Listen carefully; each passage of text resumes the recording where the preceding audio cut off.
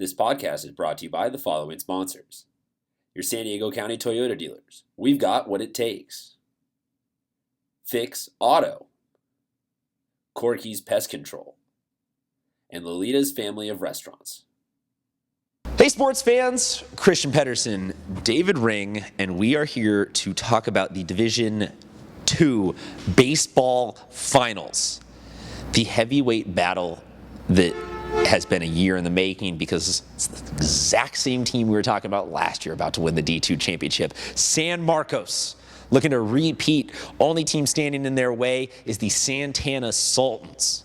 Dave, this one is interesting. We've got two teams that have so outperformed the context of a Division II team that if you told me that this was the Open Division Championship, I wouldn't be all that like, oh my God, that's so out of control. Like this is a really genuinely good baseball game. Let's start on the San Marcos side. They are the defending champs, 24-9 this season, 14-1 in league. I think it's safe to say that Dufek, the head coach up there, is making things happen in a big-time way. Signature wins for San Marcos this season: Westview, Torrey Pines, Madison, Mission Hills.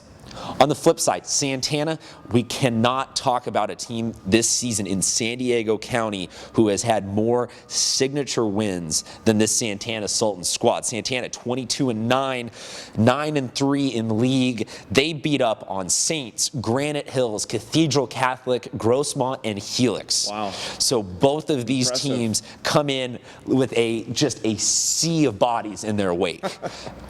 Dave? Just start from the top down. Give me some breakdown on this game.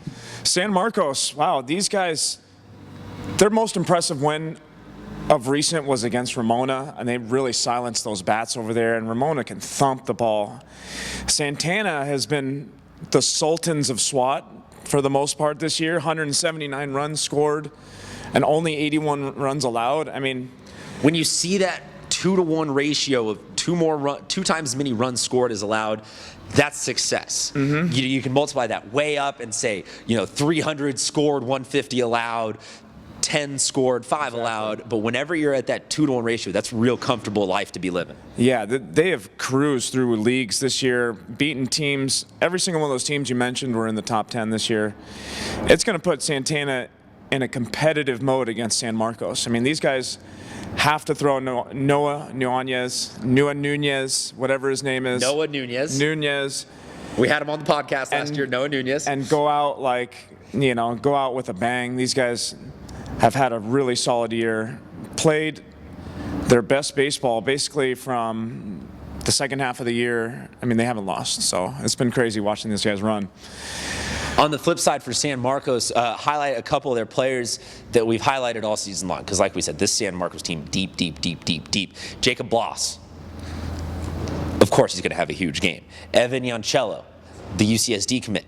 Xander Corbin, Tyler Holmes, Zach Prasner. I mean, this is a team that is here to make a statement.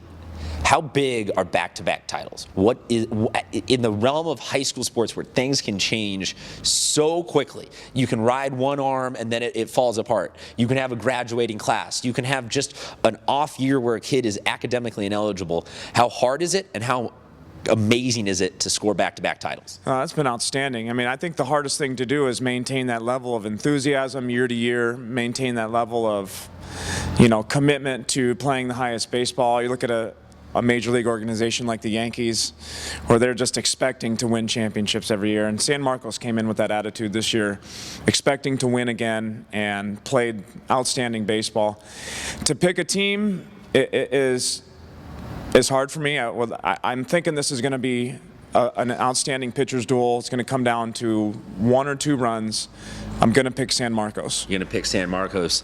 I'll kind of dovetail off of your Yankees comment and say Cubs this year, disastrous. They only added more talent and they got disastrous. Just for whatever reason, there is something not statistically quantifiable about how hard it is to repeat as a champion. If it's the mentality, if it's just sheer luck of the draw, whatever it is, this San Marcos team is absolutely poised to do it. I'm going to disagree with you, though, on the pitcher's duel side of things and say that this is going to be a close game, but on the offensive end. I mean, we saw San Marcos explode in last year's championship game. The Santana team, they've obviously got the bats to do it. One player for Santana that we did not get to highlight yet, Colton Calvert. He has also had an amazing year in addition to Noah Nunez, because this has not just been the Noah Nunez show. This has been a whole team effort for Santana. The Purple Rain has been dropping bombs on people left and right. San Marcos has been having a great year. I am going to agree with you, though, and I'm going to pick San Marcos to repeat as champions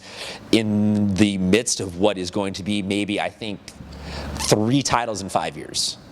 4 titles in 6 years. Something amazing like that for San Marcos. This game, Saturday, 3 p.m. at USD. Saturday, 3 p.m., Fowler Park at USD. Be there.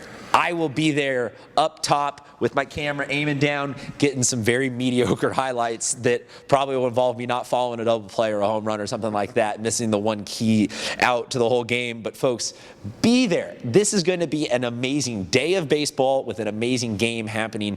I got to say it a whole bunch so it soaks in, because that's science. Saturday, 3 p.m. USD, San Marcos, Santana. We don't need to say anything more. Let's go watch a baseball game, folks.